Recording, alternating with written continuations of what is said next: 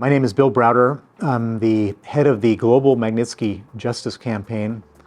I'm the CEO of Hermitage Capital Management, and I'm the author of two books, Red Notice and Freezing Order, which are all about my adventures and misadventures and tragedies in Russia, fighting with Vladimir Putin.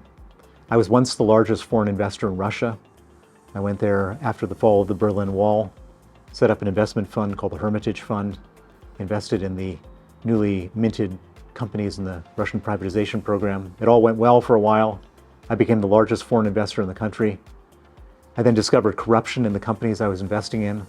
I exposed the corruption, and that made me a lot of enemies, top of the regime. I was expelled from the country, declared a threat to national security. And ultimately, my offices were raided in Moscow. They seized all of our documents. I hired a young lawyer named Sergei Magnitsky to investigate. He discovered that the documents were used in a complex fraud in which the Russian officials stole $230 million of taxes that I paid to the Russian government from the Russian government. He exposed the fraud. He testified against the officials involved. And then the same officials he testified against came to his home, arrested him, put him in pretrial detention, tortured him for 358 days, and murdered him in Russian police custody on November 16, 2009.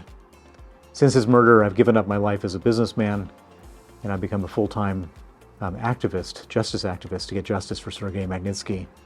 And that's resulted in a piece of legislation called the Magnitsky Act, passed here in the United States in 2012, which freezes the assets and bans the visas of the people who killed Sergei and the people who do similar human rights abuse.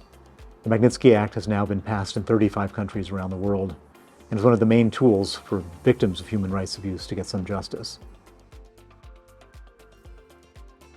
As an investor looking after other people's money, I couldn't stand by and watch massive looting, stealing, malfeasance, criminality just going on right in front of my face, affecting the interests of my clients and myself.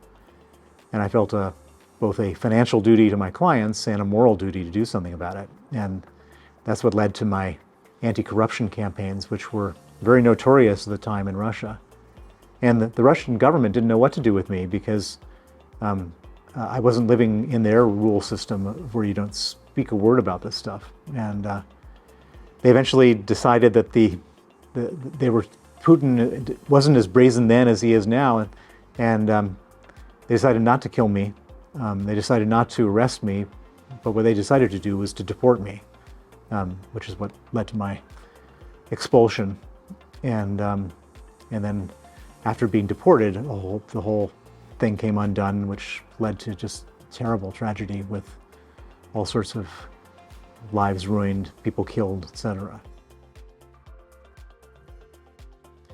Sadly, I predict that the world is bifurcating, and bifurcating along the lines of democracy versus dictatorship, human rights versus oppression, rule of law versus criminality.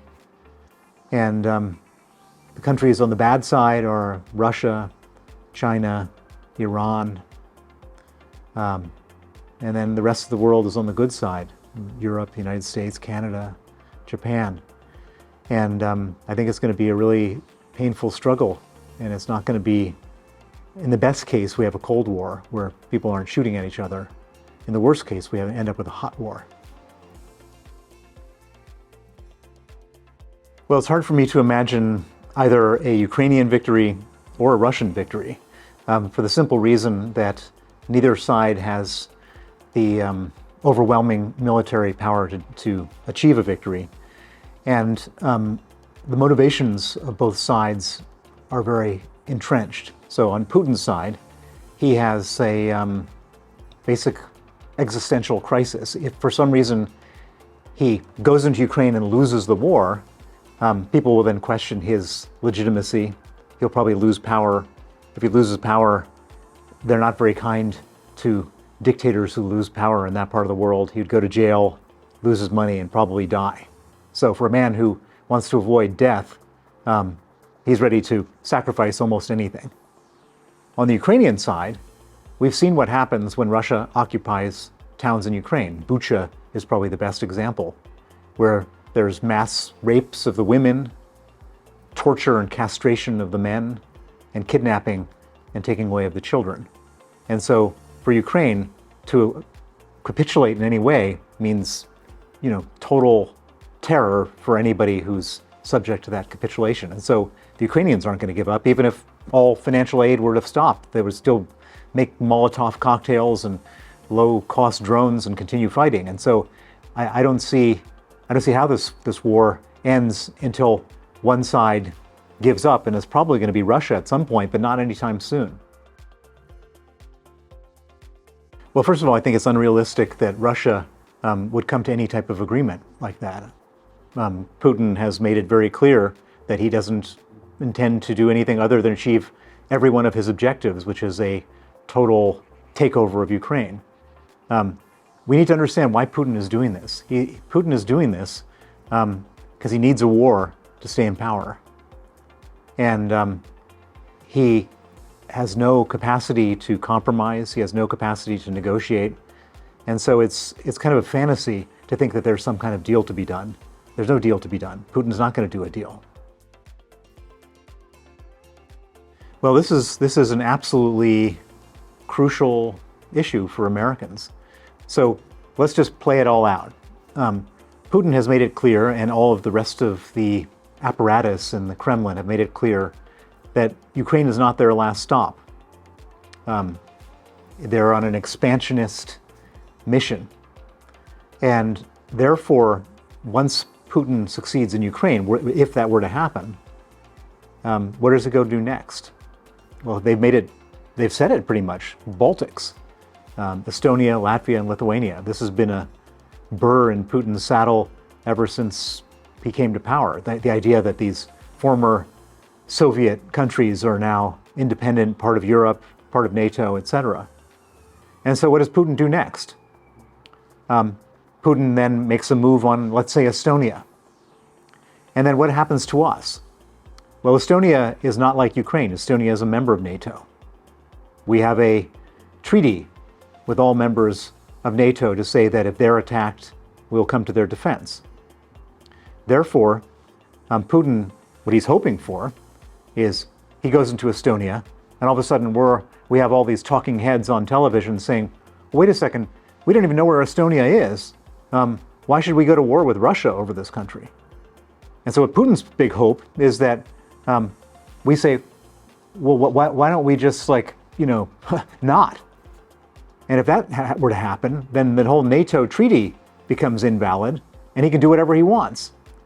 And that's not the end of it. So then he goes and takes the Baltics, and then he moves on to Poland, and then Germany, or whatever. And at some point, we then come in, we get forced in, or let's say that we do honor our NATO obligations, then we're at war with Russia, which is going to be 100 times more expensive than 5% of our military budget, which we're currently expending on Ukraine. And so I would argue, and it's pretty straightforward, that why don't we spend 5% of our military budget to completely destroy our biggest adversary without a single loss of an American life, instead of spending 100 times that amount and going to war with Russia? It seems like completely a no-brainer. And a bunch of very ignorant, or perhaps people who are compromised politicians in Washington, not a lot, but a few, are vocally supporting the idea of cutting off aid to Ukraine. And that's basically supporting a much, much bigger problem for Americans down the road. I think an election of Donald Trump would be a risk not only for Ukraine, but for all of Europe, and pretty much the free world. During his previous presidency, according to his national security advisor, John Bolton, he wanted to withdraw from NATO. He spent the last year using whatever influence he had over the Republican Party to cut off funding for Ukraine. He was impeached for withholding military aid to Ukraine. This is a man who has for reasons that we can't even understand, has a thing for Putin. He loves Putin, and he seems to really dislike Ukraine. And you know, that's not a good position to take. Well, I don't believe that they have any blackmail on him because he seems unblackmailable. I mean, he called for insurrection on January 6th, and that didn't seem to be a problem. He's on trial for bribing a X-rated film star. I mean, none of this stuff seems to have any impact on him. So I think he's unblackmailable, and he's also proven that he doesn't honor any financial obligations. He's gone bust and bankrupt so many times that if anyone had lent him money before, that wouldn't be anything.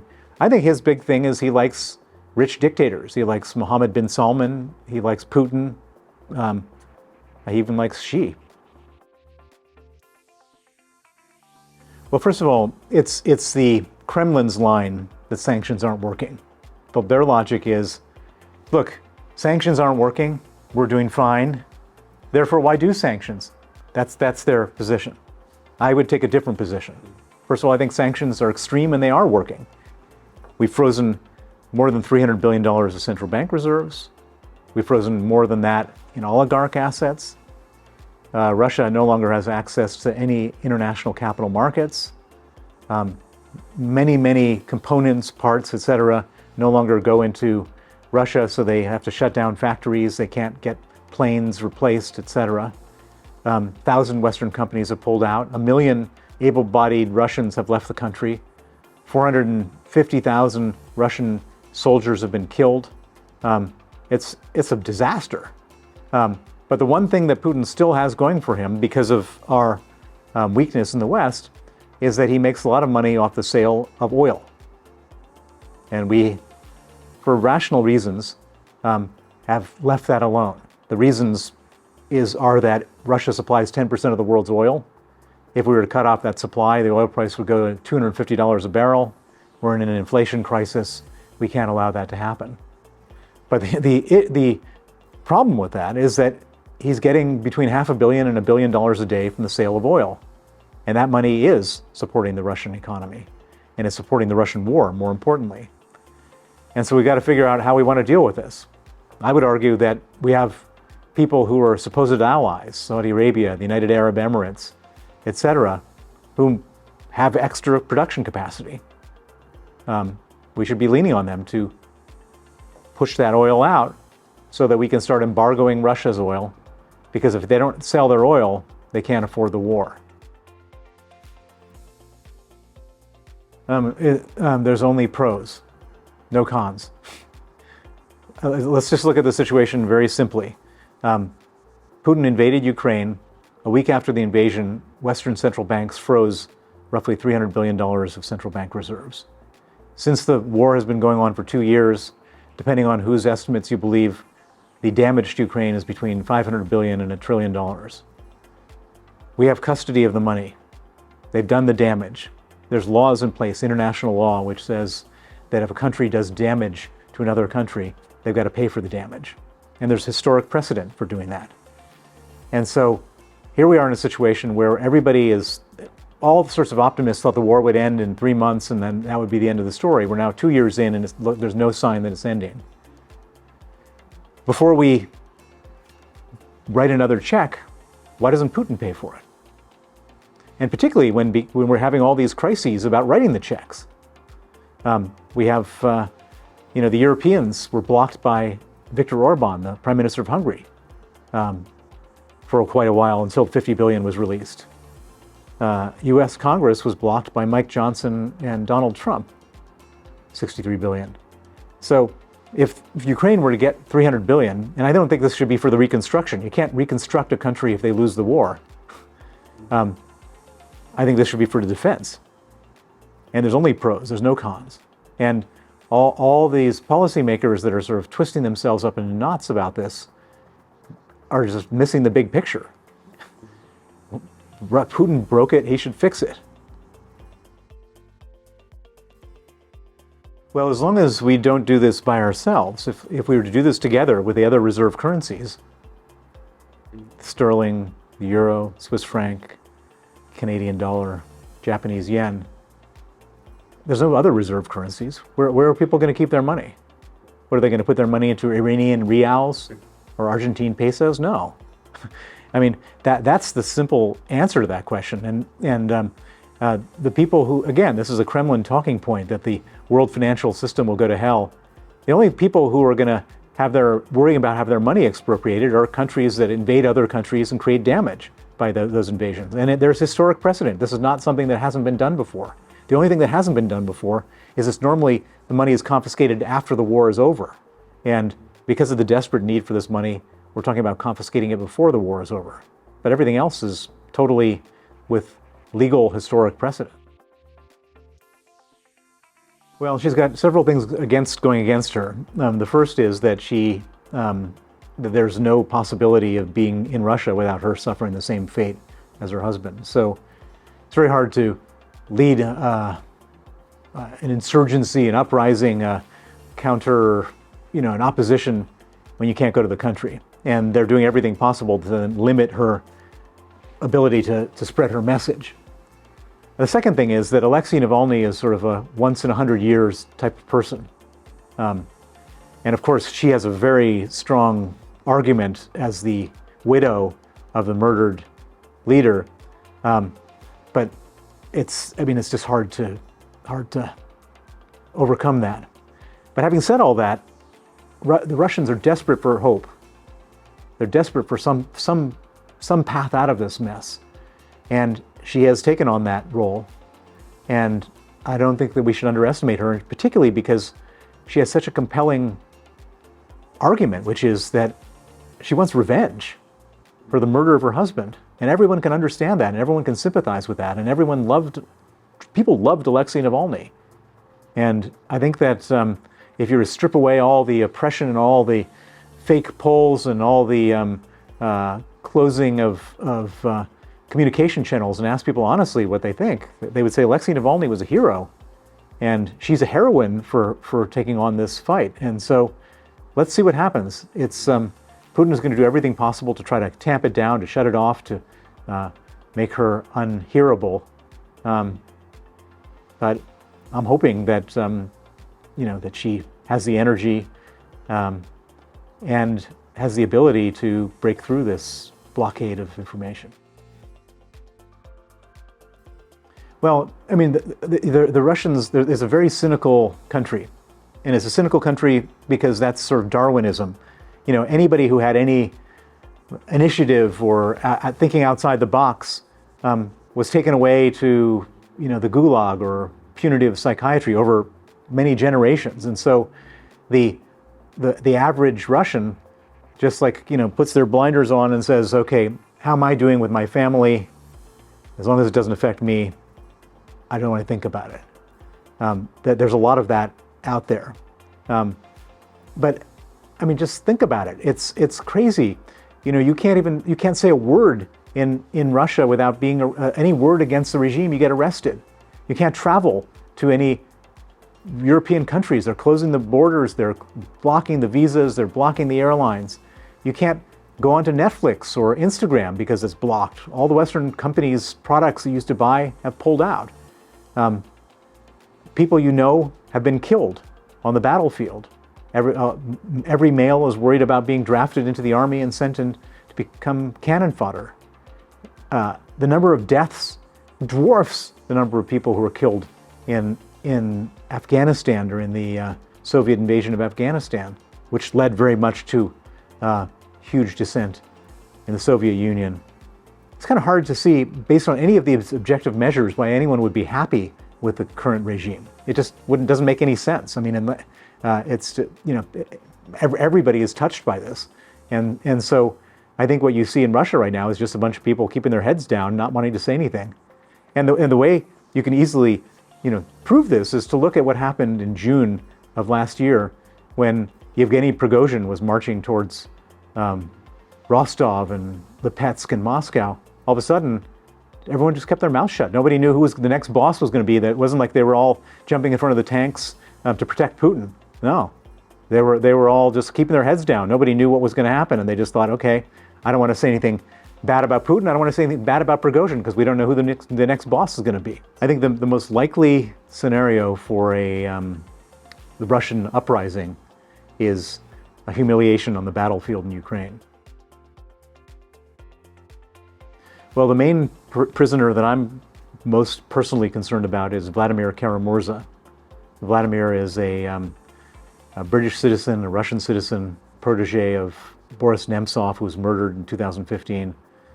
Vladimir was twice poisoned and came within inches of dying. The reason I know him is that we worked together lobbying Western governments on passing Magnitsky Acts, and that's the reason the government in Russia hates him. He went back after the war started. He went on CNN, called Putin a war criminal and a murderer.